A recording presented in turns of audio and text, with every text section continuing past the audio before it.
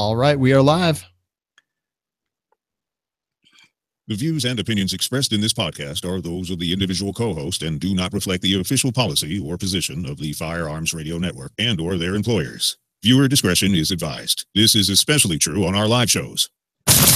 Broadcast for shooters, hunters, and gun enthusiasts. This is the Firearms Radio Network.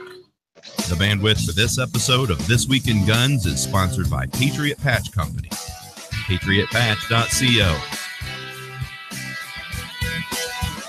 Welcome to This Week in Guns. This show is brought to you by the Firearms Radio Network and Patriot Patch Company. And this show offers commentary on the latest firearms industry news, information, and buzz. I'm your host, Sean Herron. I'm very excited to have our panelists with us tonight. First up, we've got back Ryan Kleckner, best-selling author of the Long Range Shooting Handbook, host of Trigger Words, the newest podcast on the Firearms Radio Network. And Ryan, you've got so much else going on. Welcome back. Thank you so much for having me on. I love this show. This show loves you, and the listeners of this show love you as well.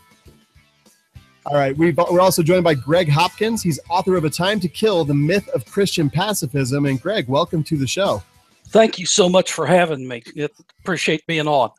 Yeah, very excited to have both you guys here. Common thread here, both attorneys and authors. That's kind of a new thing that we got going on. We have almost enough for a coven, don't we? I guess so.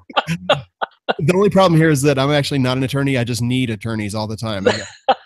We'll talk about it off air and see what kind of pro bono program you guys have.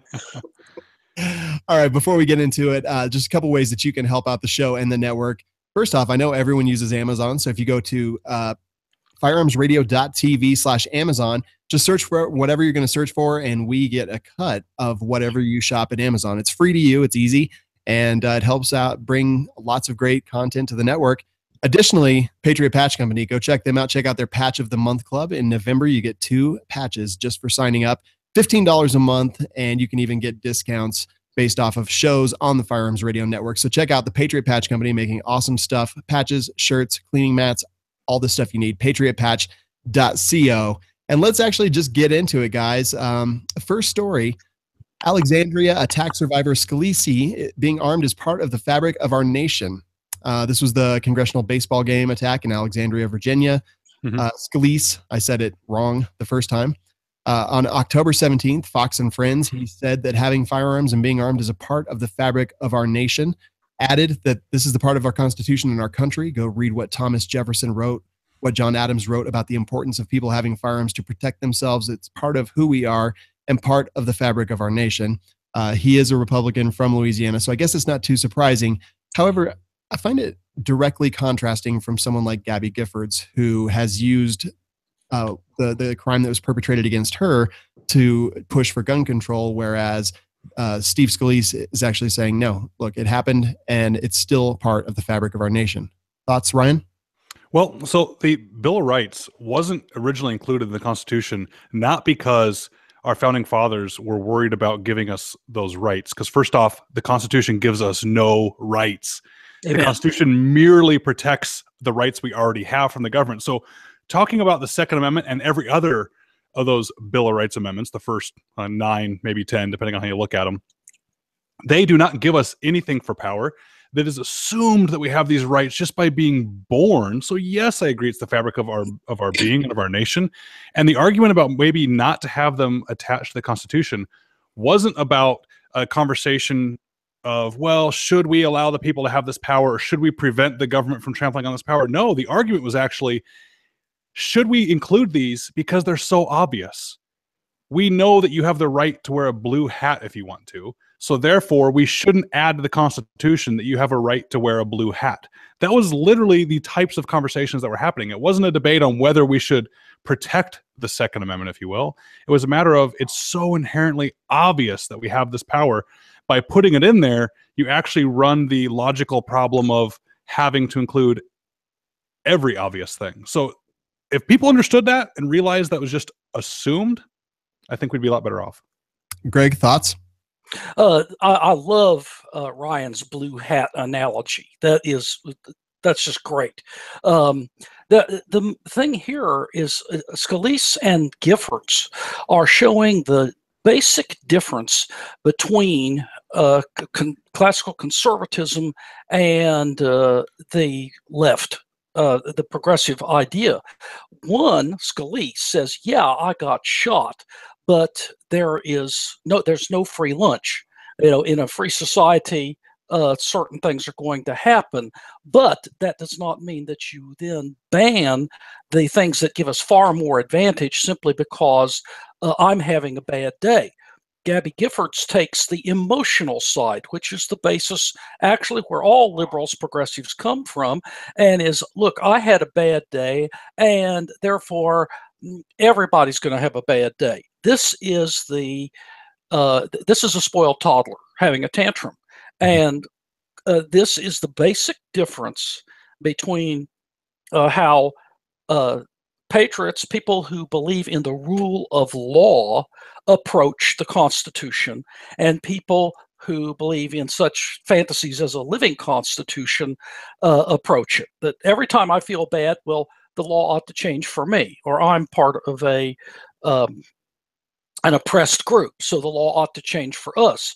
And they attempt to manipulate outcomes, whereas the rule of law gives everyone equal opportunity before the law and leaves it up to their choices to make something of themselves. Yeah, very well put. I don't really have much else to say on that one. I think you guys covered it all, which is awesome. Next story, honestly, 3 million Americans carry a firearm daily without incident, and it almost should have a question mark at the end of it. It's from the Bangor Daily News, who starts it off and says roughly 3 million Americans carry loaded handguns with them every day, primarily for protection, according to a new analysis of a national survey of gun owners published in the American Journal of Public Health. They go on to say that the peer-reviewed study concluded that roughly 9 million people carried loaded handguns at least once a month, including 3 million who carried them every day. I'll put this one in the no kidding files. But do you guys have thoughts on that? I'm sorry for my immaturity, but I cannot hear the name of that paper, the Bangor Daily, and not laugh. Totally, completely. Every time that comes up. Yes, so I think people that know me know that I support our law enforcement and military to as much as I possibly can. But so don't hang me for this one, guys. But go look up at the stats between CCW carriers and police officers. Yes. Go look at how many more crimes are committed by police officers than concealed weapons permit holders. It's amazing how much more law-abiding CCW holders are than even police officers. And I bring that up because I hear so often from the uneducated that either only police should have guns or only police have that kind of training. As someone who used to make their living for years training police in firearms, no, they shouldn't. Now, if I had to pick a random person out of the population, yeah, I would be a safe money bet would be that the cop has more training with firearms than just a random person picked out of the population. Mm-hmm. But they still don't have enough training. And people don't realize how hard it is and how much training and how much care that you, Sean, put into your firearms. But you ask the average anti-gunner, and they would never want you having the gun. They'd have no problem with the guy that shoots himself in a classroom having the gun, though. Excellent point, Ryan. There are, in fact, from 1987, when Florida passed its shall issue law, until 2015, the rate of crime committed by sworn police officers was 12 to 1 over concealed carry holders. And the concealed carry holders, many of them it was simply misdemeanors or violations, such as not having your permit on you. A survey done since Texas began theirs, I think it was 94 maybe. The average Texas carry permittee is 6 times more law-abiding than sworn law officers. And like you, I'm a great believer in the police. I was city prosecutor for 7.5 years. I trained those guys in use of force and a whole lot of other things. I love my cops. But at the same time, there's no way you can keep out all the bad eggs, and especially when they get power, sometimes something happens. But it is simply irrefutable that the class of permitted concealed carriers in the United States is by far the most law-abiding class of people in the country. Yeah, I do agree. Now, since I mentioned that it was the Bangor Daily News, I do want to mention that, of course. Thanks for saying that again, by the way. I'm going to say it as often as possible. Of course, they do sway this, and they go and say, but more recent crime research has come to a very different conclusion. This year, for instance, a comprehensive analysis of decades of crime data found that states that made it easier to obtain concealed carry permits saw 10 to 15% increase in violent crime in the decade following the change. They say that this was a study published recently in the American Journal of Public Health, and that it also bolsters that finding. So, two, that they only name one of them, and I think that's kind of interesting. Obviously, it lets a little bit of bias show through. Have you guys actually seen data that would reinforce what they're speculating here?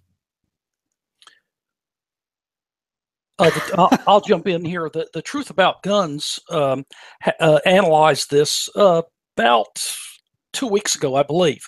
But Robert Farago looked at this, and that journal is extremely anti-gun, and I don't remember the particulars of the rebuttal, but they left out a lot of major factors that should have been factored in. One of those things where John Lott would come in and call them on it and say, "Oh, but you didn't."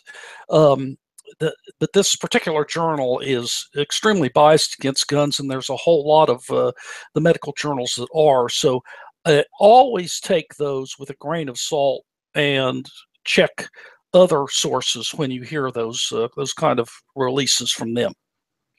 Yeah, I do agree. Ryan? Yeah, every study finds what you wanted it to find. I agree. So, and the flow of this article changes drastically. The first couple paragraphs talk about the 3 million people carry every single day. By the end, they're saying they're just all kinds of crazy stuff. It says gun owners' attitudes on these issues are far from monolithic. 33% of gun owners and just over half of current NRA members say they support permitless concealed carry.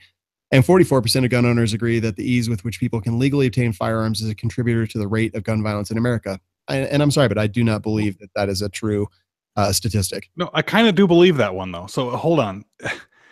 It's just misrepresented, right? So there was a study, and of course I'm talking off the top of my head, I shouldn't do this, but there was a study in Colorado they did where they stopped people on the street and they asked them survey questions. They came out with the results of the study that said the average Colorado citizen supports banning guns. And the question they actually asked was, should somebody walking down the street have the power to kill anybody they want at any time? Yeah, and everybody said no. And so they came out with the results of that study. Well, the other problem is you go to things like you watch John Oliver on Comedy Central or things like that, and he comes out with the Australia comparison to the gun ban. And he was in interviewing a prime minister, whatever they call the guy that was in charge during the big gun ban in Australia. And John Oliver said something to the effect of, and did it work? Did it reduce crime? And he came back, this, again, prime minister, insert title here, said, yes, crime drastically went down. And he stopped himself and he went, gun-related crime. So the stat you just said, Sean, I believe that in a absurd, looking only at that one sentence, it is true that gun crime happens because of easy access to guns. You take guns away, it's going to be knife crime, though. You take your knives away, it's going to be fist crime or bat crime. So I believe it is true that because we have a lot of guns, we have the gun crime. But to say that getting rid of the guns gets rid of all the crime, I think is the problem. Did I just talk myself in a circle? Did that make sense? No, it makes sense. I do have to take issue, though. I think all of us do this, though, and especially these guys here, talking about gun crime. It's just crime. The tool with which they perpetrate said crime, I guess, is probably unimportant in the real. Exactly right. Well, the terrorist attack that just happened, the truck that just hit people. Yeah. I could probably tell you with certainty that the easy availability of vehicles is what helps lead to these types of vehicle attacks. That's true. If you banned all these vehicles, we wouldn't have them. That's not to say, though, that one's causal. Yeah. And Ryan, you actually just you posted exactly that on Facebook with a link to an article that actually had shooting lead in the headline. It was shooting. I picked that one on purpose. Yeah. Yeah. It was very interesting, and people called that, and I completely agree. But pretty crazy. The Bangor Daily News pushing their agendas in the news as usual. Do you follow hockey at all, Sean? I play hockey. I love hockey. All right. That's right. I forgot about that. There's a minor league hockey team in Macon, Georgia. Do you know what the team's name is? I do not. They're the whoopee. They're the Macon whoopee. So the Banger Daily and the Macon whoopee always get a laugh out of me. That's awesome. I love it. Something that shouldn't get a laugh out of us is actually DC is now officially shall issue. And I think that it's a pretty big deal. District of Columbia has officially become a shall issue jurisdiction. The outcome was certain when the government of the district decided to not appeal the decision in Wren versus DC and Grace v. DC. The cases were combined after the United States Court of Appeals refused to grant a review on the decision en banc. It's officially unofficial, isn't it? I mean, it's only official until they decide to pursue it. Greg, is that right? Well, yeah, of course, there are limitations on the time. Once the statute passes that they can appeal, then it should be final. But then, of course, we'll see. I think what we have in Illinois, for instance, that the permit fees and requirements for training, things like that, will put carry out of reach of anyone from below the upper middle class. Right. Yeah. So, or they just still won't do it. It's kind of like, as I'm sure Greg knows, it's not that hard to win a lawsuit or to win a suit against somebody. It's hard to collect. Yes. Yeah. So we can win, and DC becomes shall issue until they're not. Yeah. And then we kick and scream for a couple of years and have to sue them again. I hope that's not the case. I'm sorry to be a little pessimistic here, but and that was actually my next question is, okay, so they decide to just disobey whatever ruling this is, or just decide not to comply, whatever it happens to be.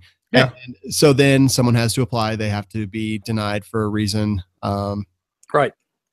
Yeah. And how easy is it for a law enforcement entity to say, you know what, we're still looking into it, and take a year to do the background check? Right. Because how easy is it for them to say, you know what, we're going to deny you because we found something? How hard is it going to be that the due process of a denied person? What does that look like? Yep. How do they make a claim? How do they make an appeal? I'm happy. I'm sorry to be the sourpuss here.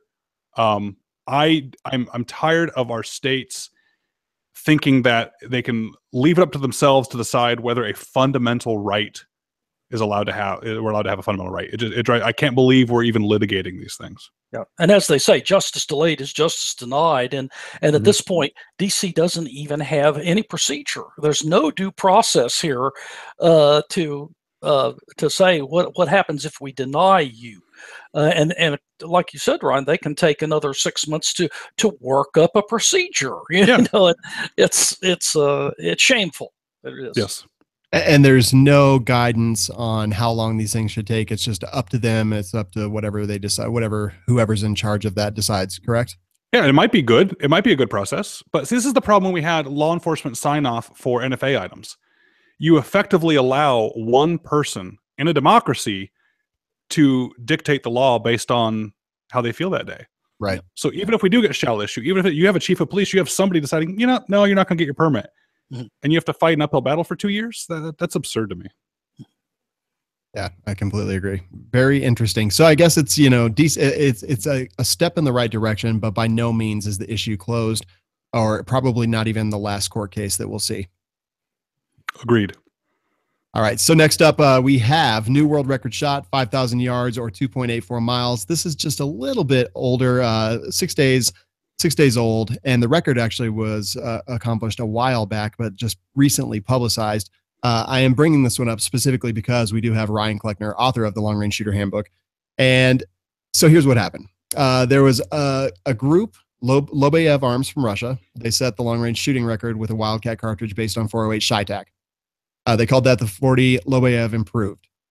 But when they set that record, there was an American shooting team that had already beaten it without their knowledge because they hadn't gone public with it. And that is the American shooting team led by former Navy SEAL sniper Charlie Melton. He is the owner of Charlie Mike Precision Shooting School. He worked with Brad Stare of Performance Guns, and they did accomplish a 2.84 mile shot on September 30th, 2017, using a cartridge that they call the 408 Tejas, which again is based off the 408 Shytac. Now, Ryan, I'm sure you have an opinion here, but what factors does the common person not think of that go into accomplishing something like this? All right. First off, I had so many good notes for these other stories in our notes, and I wasn't paying attention that we were going to jump to that one. So here's a little behind the curtain for the rest of you. We have a list of articles to talk about, and I was frantically writing all these notes, so we're going ahead here. So first, the easiest way to explain accurate shooting is consistency is the key to accuracy. So I don't care if you do the worst trigger pull and you jerk the rifle 3 mils to the right.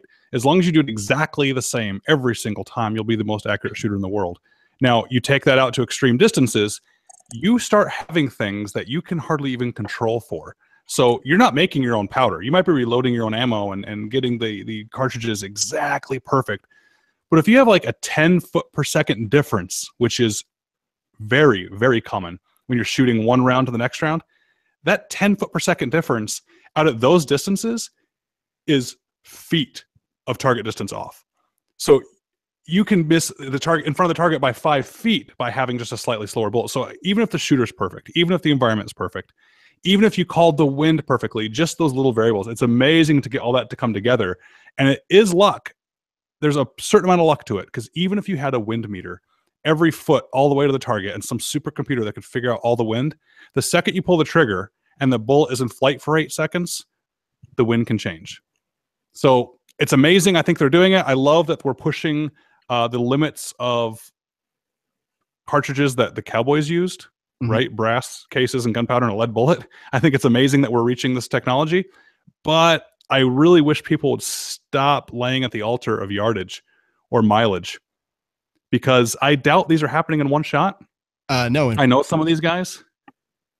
Yeah. Matter of fact, there's going to be some news coming out about the shot with Brad Stairs was out there. Some news coming out with Ritter and Stark pretty soon from that event, which will be cool for people to hear. But pushing it out there and getting an occasional hit is cool, but I don't know what that translates, Sean, to you.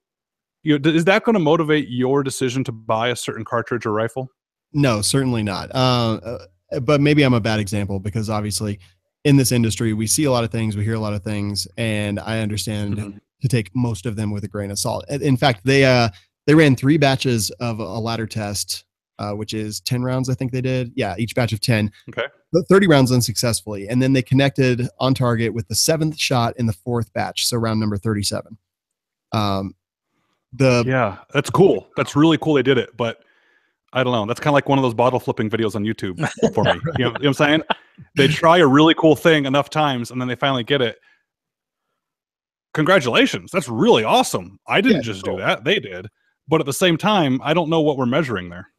Yeah. The projectile was actually in flight for almost 13 seconds, which there you go. When you think about that, it is pretty crazy. So yeah, pretty cool. I'm not sure what practical application it has in the real world. I don't think we're going to have snipers shooting almost 3 miles, but maybe I'm wrong.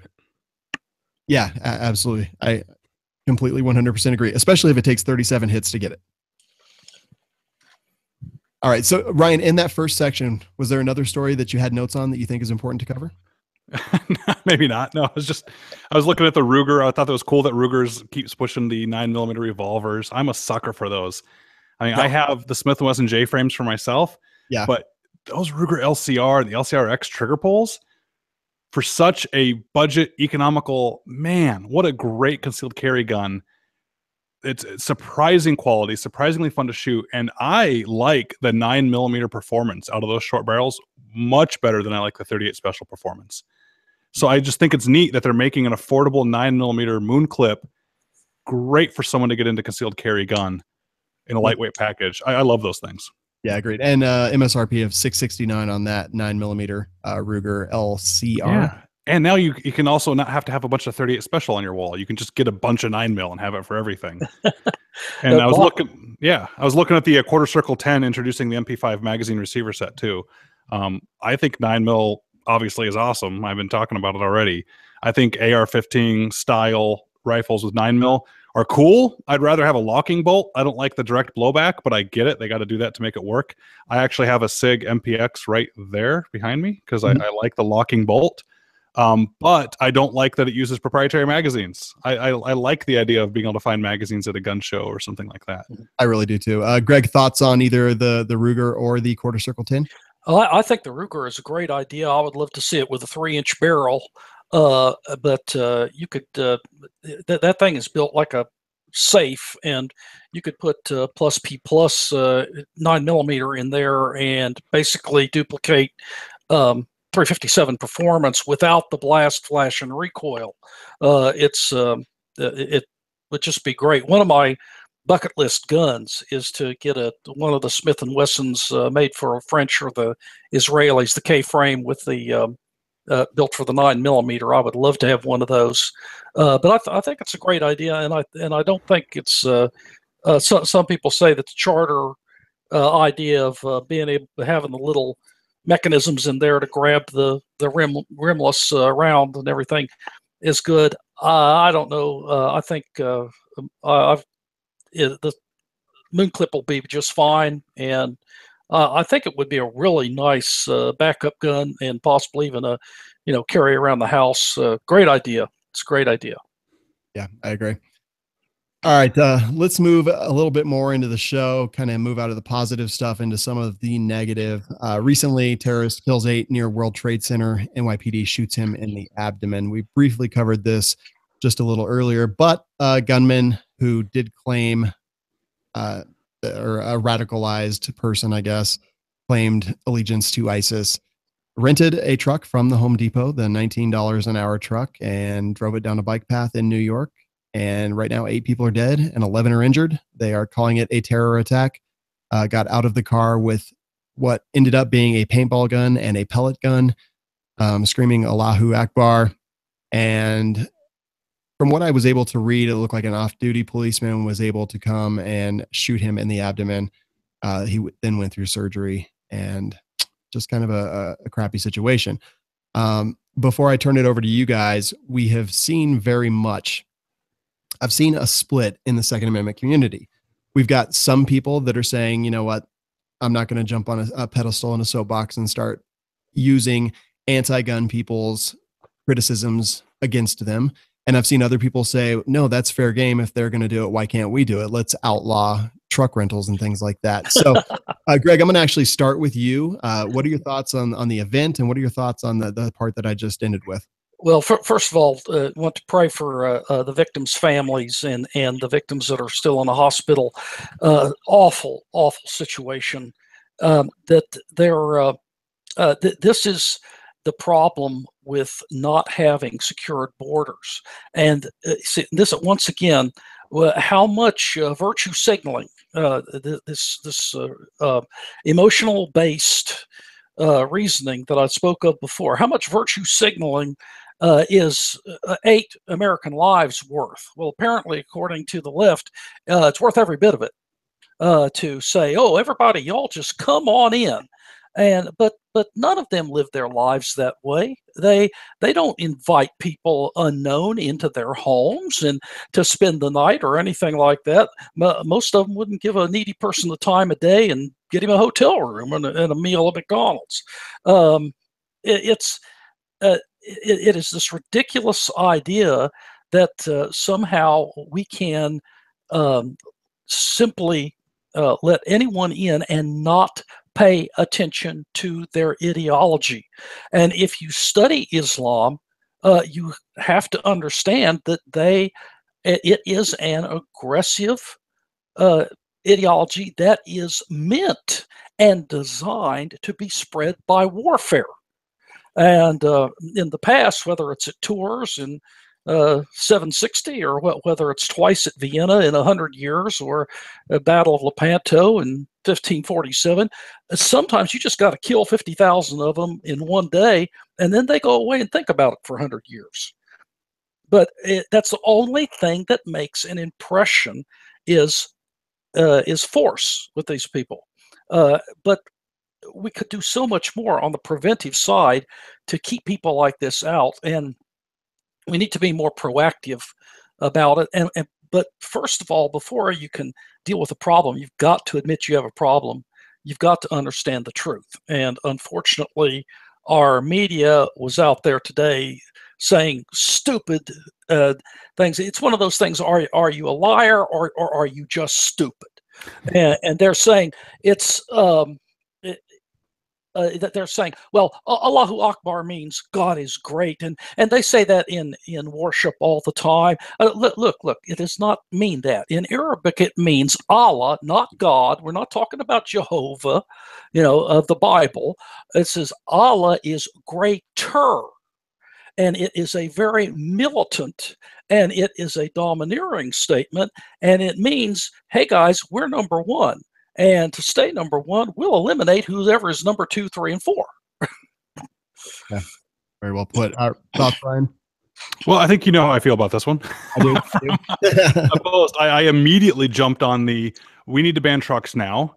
Yeah. And then the guys in the comments came in, some of my followers making comments like, well, if he wouldn't have had that silencer muffler on the truck, people could have heard him coming. I made the comment about, if he had a smaller capacity gas tank, he would have stopped to refuel more often and maybe would have been able to catch them. I was completely a smartass about it, and it was probably not appropriate when Americans died.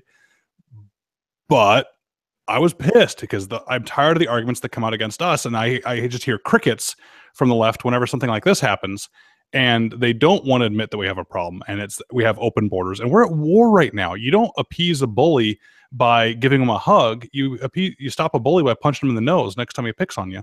Yeah. And we are in a horrible situation right now, and people are too busy in their pumpkin spice lattes, nothing wrong with that, and their iPhones to really know what's going on around them.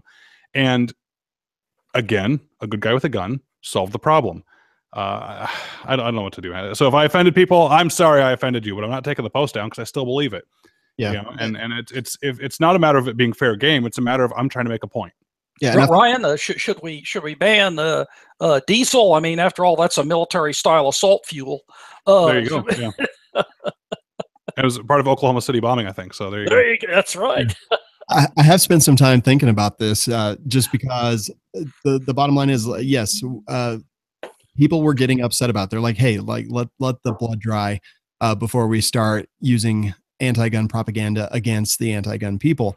And my thought is this: I do understand that thought process. I do understand. Let's be the bigger people. Let's be the better people. But the truth is, guys, we are in a battle of propaganda. Whatever that happens to be, we have our side that we truly believe. They have their side that for whatever reason they truly believe. And not to editorialize there, which I just did on accident. But I think that in a battle of propaganda, in a battle of sound bites, in a battle of 24-hour news cycle, or not even 24-hour news cycle anymore, I think that we have to fight back with the same weapons that they use against us. And by that, I mean their propaganda, their, let's ban guns, let's ban suppressors because someone used a truck. Things like that, especially in the article that you posted, Ryan, that said it led with shooter, even though there were no guns, there were just suspected guns, and he killed every single one of those people with a rented $19 an hour Home Depot truck. I don't know the tone of the show well enough yet. Can I piss people off, or should I? No, absolutely. I think you should say whatever you're thinking about. We're at war right now, people. We really are. We're getting attacked. Yes. This is a horrible situation, and people need to pull their heads out of their asses and realize this. We can't be our own group getting so offended at ourselves. We pick on the snowflakes for getting offended at everything. And here we are getting so offended ourselves about comments. Guys, if we're all in a foxhole and we're all sitting here talking about what strategy is going to work because we're literally getting shot at and attacked, and Steve comes up with a great idea to jump up and smile and give the I love you sign at the enemy because maybe that'll make them happy. And as Steve does that and he gets shot by the enemy and he falls down dead, I don't think it's a problem for me to go, hey guys, maybe that was a stupid idea. Maybe we shouldn't do that anymore. Maybe we should fight back. And I don't want someone in the foxhole with me going, hey Ryan, let the blood dry. You can't make that comment now because you know why? We're in a war. We're in a battle. How long do I need to wait? If someone tells me that I should wait 2 weeks to make a comment, great. What happens when before 2 weeks is up another attack happens? Am I just never allowed to make a comment? Or should I be worried about my family's, my friends' lives here? And should we immediately say, hey guys, that strategy is not working. Last time you told me I had to put my gun down and I had to make I love you symbol. Apparently that's not working. Maybe it's time to pick up the arms and fight back. That's where I think we're at right now. Sorry if I have made you all mad. Sean, I have to agree with that, with both of you.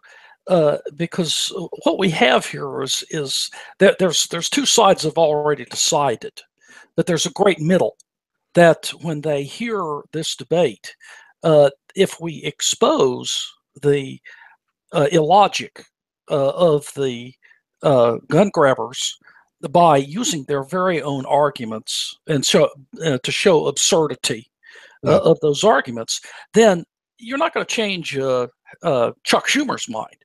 But yeah, Chuck Jones, who lives in the borough of Brooklyn, might go, "Hey, that makes sense." Well, what I always try to do is I try to think of myself as turning on that light bulb, and if we can show the absurdity of their arguments by turning that absurdity back upon them, that's part of debate, and that's part of argument, and it's part of persuasion, and that's what we need to remember, is persuading people who are standing there not having an actual position, or it's an uneducated position that they're willing to change. Yeah, I do agree with that. Again, our thoughts, I'm sure, all with the victims, their families, their friends, their loved ones. And I will also say that this guy was in the U.S. He was an Uber driver, 1,400 rides in his profile, and had lived here for a while. You guys are right. It is a war, and we have to fight fire with fire, to be perfect. I have sensitivity for the people that just died. That's horrible. But I have just as much sensitivity for the next people that are going to die if we don't stop this. Yes. And just my final note on this story is that there was a parade that was scheduled to go on, and you got to respect New York when they said, look, it's going on. We're going to have increased police presence. We're going to have trucks blocking paths, things like that. And they went on and they did it because they're not going to be cowed by terrorists and cowards. So what do you think about, not to stick on the story too long, Sean, but it's kind of big news here, right? Yeah, big terrorist absolutely. attack. Yes. What do you think about the fake firearms? I mean, they weren't fake objects, but they weren't real firearms. Was this a test? Was this a probe? Was he just trying to do suicide by cop? That baffles me. Why did he do that? It's a great question. I was wondering the same thing. I was like, to what effect was he doing this? He got out, he was screaming Allahu Akbar, and had fake guns in his hands. Obviously not going to kill anyone. Obviously can't kill anyone with them.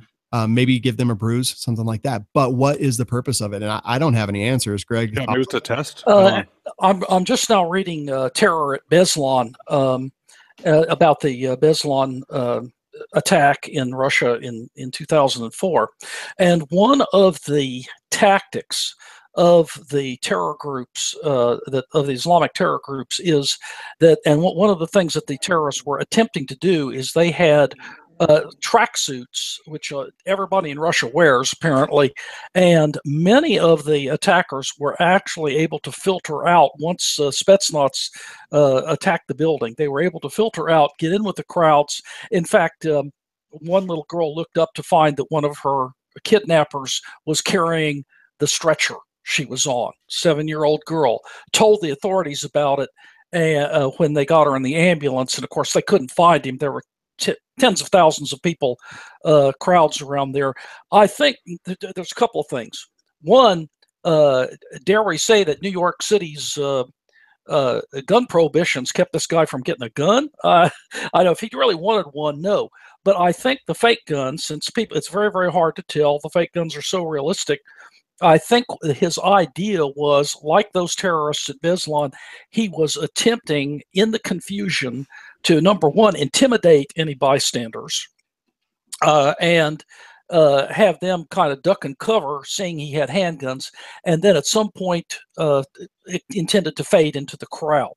I think he was thinking about getting away, because if you can get away, if they can't identify you, well, he could have started his Uber job that evening and killed 2 or 3 more people if he had to. So that would be my guess. Is that was his strategy? Interesting. Yeah, I don't know. It doesn't make a whole lot of sense to me. You know what else doesn't make a whole lot of sense to me? I've got to tell you guys. So my birthday's coming up, November 4th coming, but also the same day that Antifa calls for violent overthrow of U.S. government. I don't know. I've been seeing this everywhere. I've got a link in the show notes to the Federalist Papers Project, and just basically talks about it. This was posted on refusefascism.org, but basically just encouraging people to get involved, find an event near them. There's been lists of cities published that they're going to apparently do whatever they're going to do. I haven't seen a whole ton of exactly what they want to do, but do you guys think that this is a realistic expectation that they're going to do something, or what? Challenge accepted. Yeah, no. So first off, no, I don't think it's a real credible threat. If it was, step one is not to announce the day it is. So I'll put money on this. If it is a real threat to violently overthrow the government, it's on November 3rd. So that's what I'm saying. But the stopping fascism, I don't think that word means what you think it means.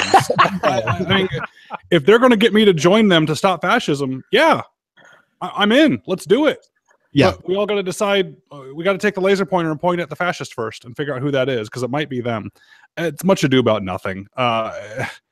It's amazing that a group of people that want to ban arms are ready to use arms to overthrow a government.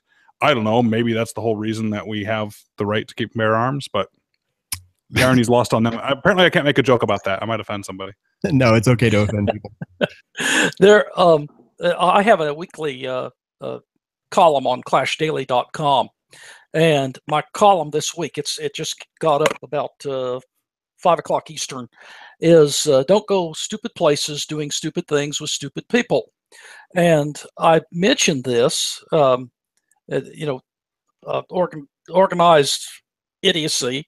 And I say, look, the first thing you should do, and your responsibility to yourself and your family, is don't go to watch this. They're going to thrive on the publicity. These things can turn into a riot very quickly, and all of a sudden, where you were standing on the fringe can become the center of the whole action. I advise people against going to your buddy's store and protecting it. Most people do not know the legal difference between that fine line between when looting startly turns into robbery and how much force they can use, this kind of thing. You can very easily get typed by the police as a protester who's doing something wrong and end up in jail, have to bond out, miss work, hire a lawyer, possibly after an ER visit. Who needs the bills? These are just things that you stay away from, because there's nothing in your control when you come near one of these places. And so let the stupid people be stupid. Stay home, do something fun with your family.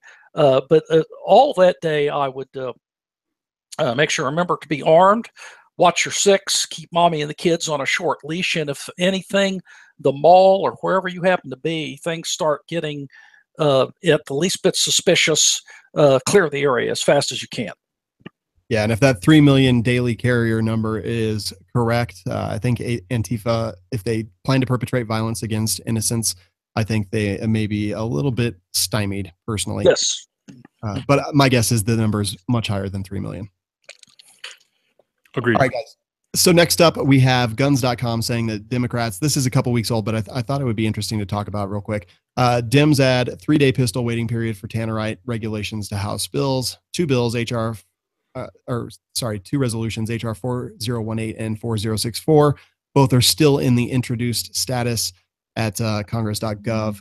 But basically, because there was apparently Tannerite found, or binary explosives found in Las Vegas, that now they're wanting to outlaw those as well. I think we've covered this quite a bit recently. Obviously, we didn't outlaw pressure cookers after the Boston bombing, so why should we outlaw really anything else just because one man decided to use it for evil? But not even that, Sean. It wasn't used. Yeah, it wasn't even. We're talking about banning machine guns after Las Vegas. He didn't use a machine gun. Exactly. If a machine gun would have been a benefit to him, he would have gotten one. He passed every background check possible. He had the money. The fact that it wasn't used means it would have helped him. The silencers. He was apparently smart enough on guns. He would have had a silencer. So same thing with Tannerite. Well, he had Tannerite at his home. It must be dangerous. Well, actually, no. Because if it was dangerous, he would have used it. Yeah.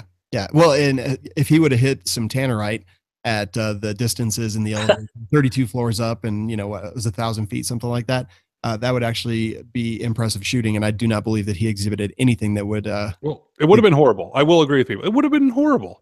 But he would have had more casualties.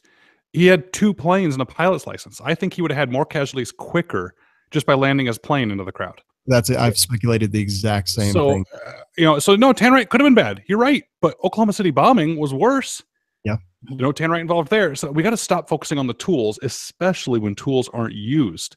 It's amazing to me how when it comes to things that we use in our community, just any association at all to a horrible event means they need to be banned, whether they had anything to do with it or not. And again, I bring this up specifically. I just added this into the show notes specifically because I just talked about, and we all talked about, a battle of propaganda. We are in a war. This is the tools and the weapons that they are using against us. They are saying he owned it. We should outlaw it. They don't really care because it didn't kill anyone. He didn't use it to kill anyone. They're using it to take away something that they don't think that we as free Americans should have. Sean, I bet banning an iPhone, banning a smartphone would probably have done more to prevent the last how many attacks than anything else. Taking his ability away to text people, call people, communicate, look up, and search for things online, that probably, as one variable, would have done more to solve it than banning anything else. That's an excellent point. Excellent. But the thing about these congressional waiting periods is, once again, what part of shall not be infringed do you not understand?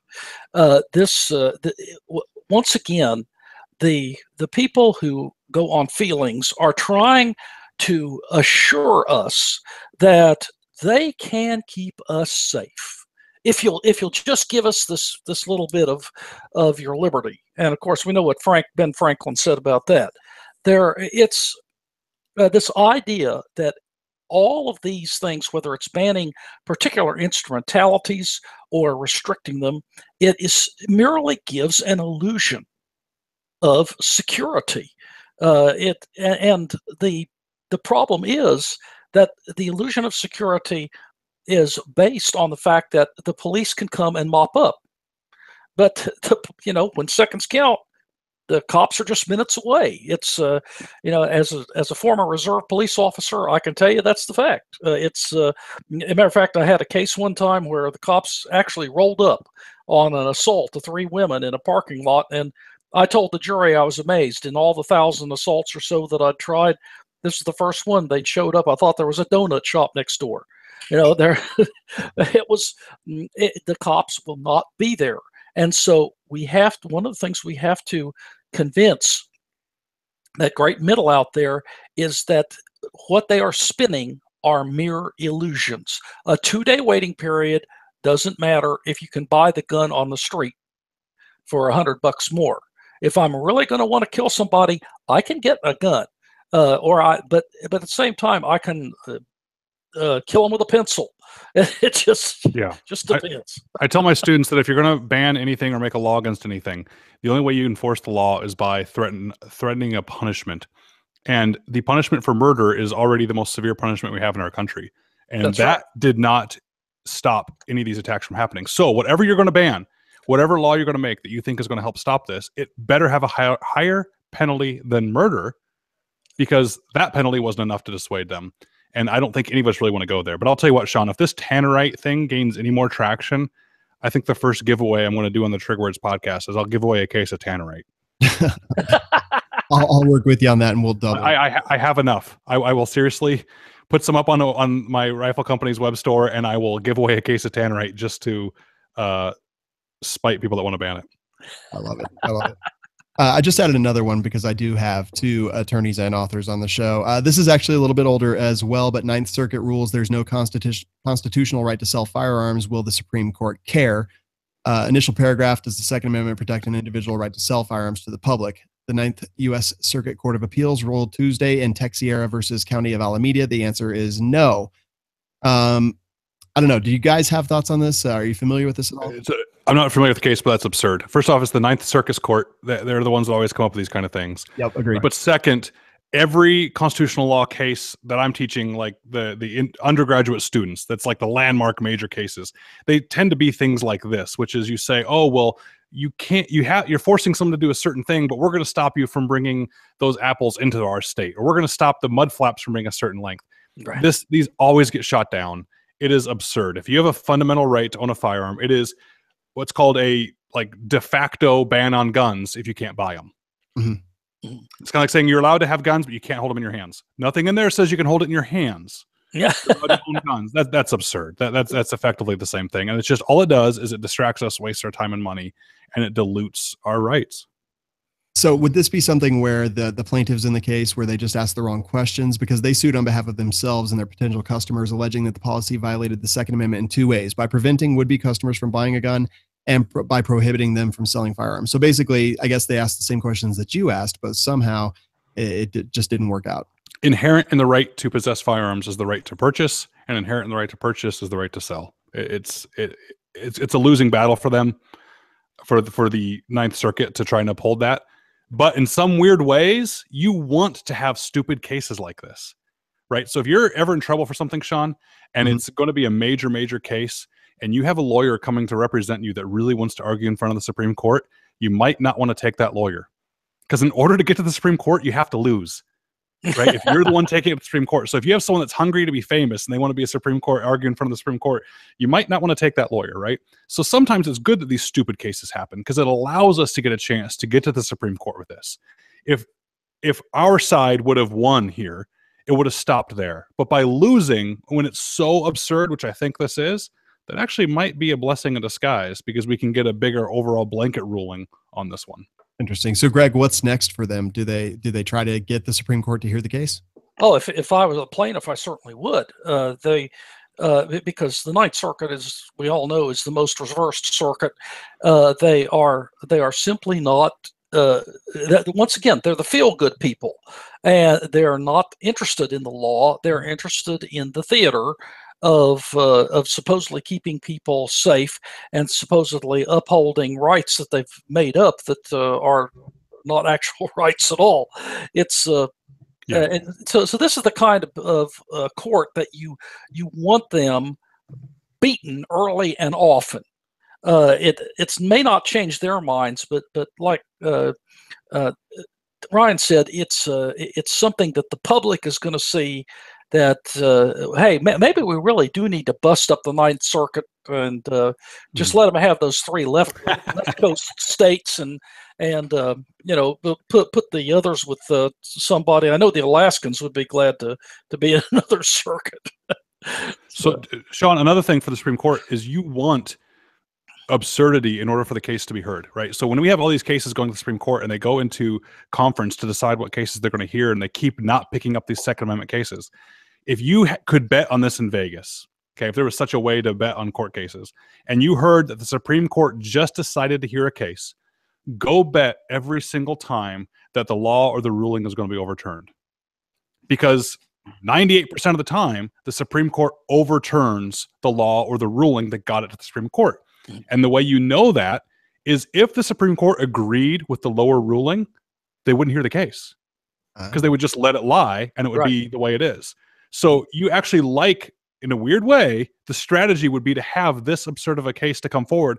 So the Supreme Court has to hear it. They're forced to hear it because there's no way they could ignore this because this will change interstate commerce trade laws right here. If you allow something like this to stand. So I don't know. I take it back. Maybe this is a good thing. Maybe this is a chance for us to get an easy win.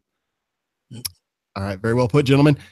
For you guys that are listening, if you're enjoying the content on the Firearms Radio Network, we definitely crowdfund, and it is a great way to pledge your support. You can find out more at patreon.com/FRN. Go check it out. If you have questions, concerns, ideas, we're always willing to hear them. Firearmsradio.tv. Which brings us to our I'm Offended segment. The story that I wanted to talk about tonight is to do with football. I'm not a football guy. I'm a hockey guy. But the San Francisco 49ers have pledged $500,000 for a suppressor ban and other gun control measures. I personally don't really care what the San Francisco 49ers do in any aspect of my life or their lives. But I think it's kind of interesting that a team getting together and, again, pushing money towards something that wasn't used in a crime.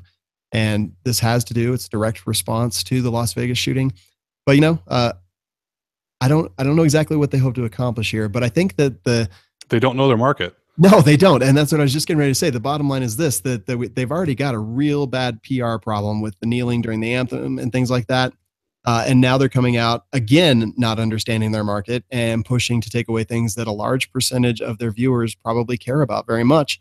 I really don't understand what they're trying to accomplish. I did actually look up that there's been 15 49ers players in the last 5 years arrested That was the first point I was going to bring up. Oh, sorry, the NFL man. should look at themselves. No, you're not sorry. You're right. Is how much do the presence of guns have to do with the NFL members and players' domestic violence and criminal issues? Yeah. And that isn't that. Maybe we should ban football, because we banned football, then we wouldn't have any NFL players getting in trouble because there'd be no NFL players. That's the same logic. And here's the thing, guys. Only one of these football players was actually charged with illegal possession of an assault weapon or any other gun crime. The rest of them were all domestic violence or DUI. So what I would say is take the major advertisers for the NFL and the 49ers, which are usually beer companies, Coors Light, Bud Light, whatever that, whoever pays the most for it. And let's actually get rid of those beer commercials, because that's what's affecting these players more than any other kind of thing, like suppressors or bump fire stocks or anything else. What do you? That's an interesting point. Yeah, I like what you're saying, but I want to be careful, because when I used to live in Arizona, people were trying to ban the smokers from the restaurants, even from the no smoking sections. Yeah, and I was trying to stand up for them, because I hate that too, but I kind of want to stand up for them because I want them to stand up for me when they're coming after the guns. Exactly. But, and I will point say, taken. I say that tongue in cheek, but I think that their efforts would be more well served keeping their. Is the NFL still a 501c6? I haven't kept track. Are they still a tax exempt trade association? I believe they are. Yes, they are.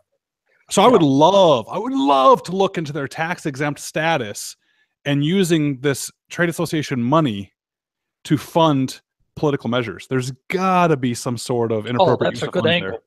Very good thought. Very good thought. My admonition to the 49ers is, guys, when you find yourself in a hole, stop digging. That's what you've expressed, Sean. Is these people have just losing their audience right and left, and it's almost like they're trying to alienate.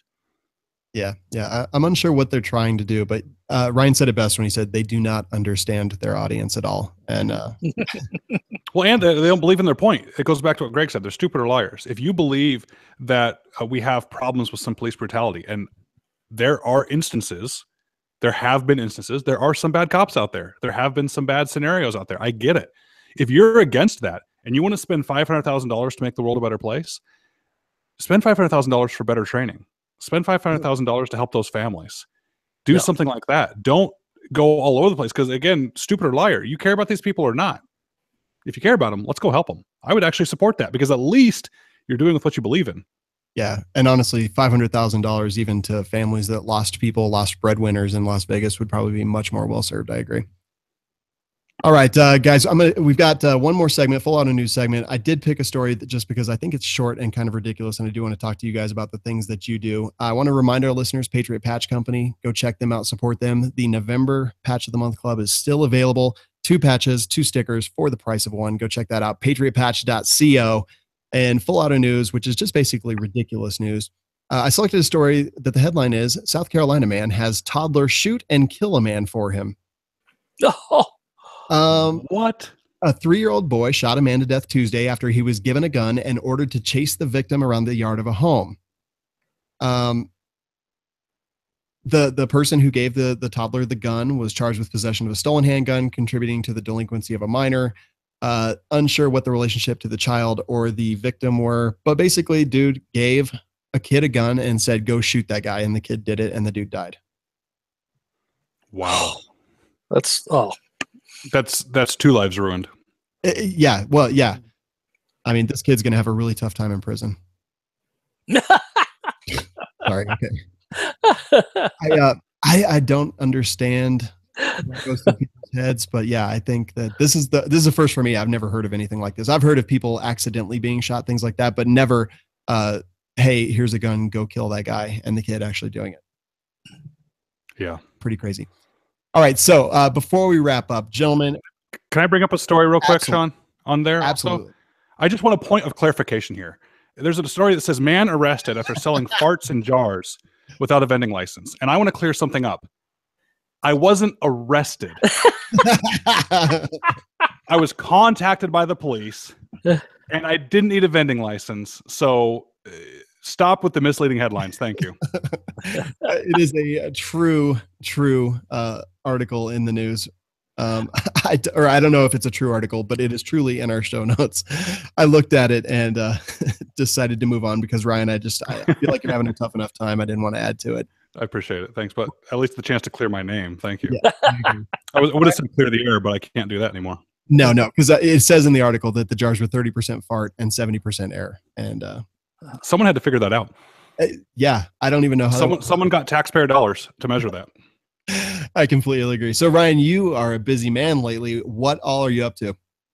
Trigger Words podcast is the newest thing I'm up to. If you guys want to hear the mix of gun laws and how that works into into your rights and your society and how to do things like travel with guns and some of the politics, please tune in. I'm actually going to record a live episode tonight in about an hour on Facebook. So I'd love it if you jumped over and saw that. Rocket CCW, go get free online firearms training in 20 minutes that'll check the box for a CCW that allows you to carry in over half the country. And the biggest disclaimer is that is by no means near enough firearms training. That's just to check a box on an application, but check it out. That's been going gangbusters. I got Rocket FFL to help you get your FFLs and on and on. I don't want to take the whole show, but Sean, thanks for having me on. It's always a pleasure, my friend. Also, the Going Ballistic podcast. Going Ballistic podcast, Long Range Shooting Handbook. Yeah, you guys have been amazing. It is awesome. Go buy the book. Go check out Rocket CCW. I'm actually on the Amazon link right now for Firearms Radio Network buying A Time to Kill. So you guys should be too. Well, God bless you. Thank you, sir. We're gonna have to get together, Sean, when you come down. I'd like to meet you when you come to teach your class sometime. Sounds good. All right. And Greg Hopkins, excellent to have you here. Tell us where people can find you and tell us about your book. All right, this is book, A Time to Kill: The Myth of Christian Pacifism, and it's available on Amazon. Also available on Kindle on Amazon. If you want the ebook version, you can go to Barnes and Noble to their ebook place, and they have it in that format. It's available from any bookstore over the web, and I'm working on a second edition of the book right now. Also, I have my Clash Daily articles. They appear usually on Tuesday and Wednesday on ClashDaily.com. And anyone in Alabama, teaching a class on Alabama firearms law, self-defense law, and all the other stuff. November the 11th at Hoover Tactical in Hoover, Alabama. So just check out my Facebook site or my author site, and you can get some information. Gentlemen, it's been a real pleasure. Thank you so much for having me on. A lot of fun, a lot of information, a lot of good thoughts. Thank you. Pleasure is all mine, fellas. Go check out their books. Buy them from firearmsradio.tv/Amazon and check out all the great stuff that they have. Find them on social media and everything else. And it was honestly a great show, guys, having both of you on. I thought it was fantastic. One of my favorite episodes that I've had the pleasure of hosting so far. Again, support the Firearms Radio Network, patreon.com/FRN. That's Frank RN. I don't know. Foxtrot Romeo November. Thank you. I just drew a total blank. Wow, that's awesome. And I would like to remind everyone, This Week in Guns is produced by Kenny Ortega and is a production of the Firearms Radio Network. Check out Trigger Words. It's a great new podcast. And we will see you guys next week. Guys, I have a challenge for Sean. I interrupted his ending. I'm sorry, Sean. But I promised Sean a high goal. So you guys have to go support the Trigger Words Firearms Radio Network project because I've got to put my money where my mouth is. So I appreciate the support. Sorry for ruining the ending, Sean. It's not at all. And triggerwordspodcast.com is where they can find it. Also at firearmsradio.tv. All right, here we go. We're out.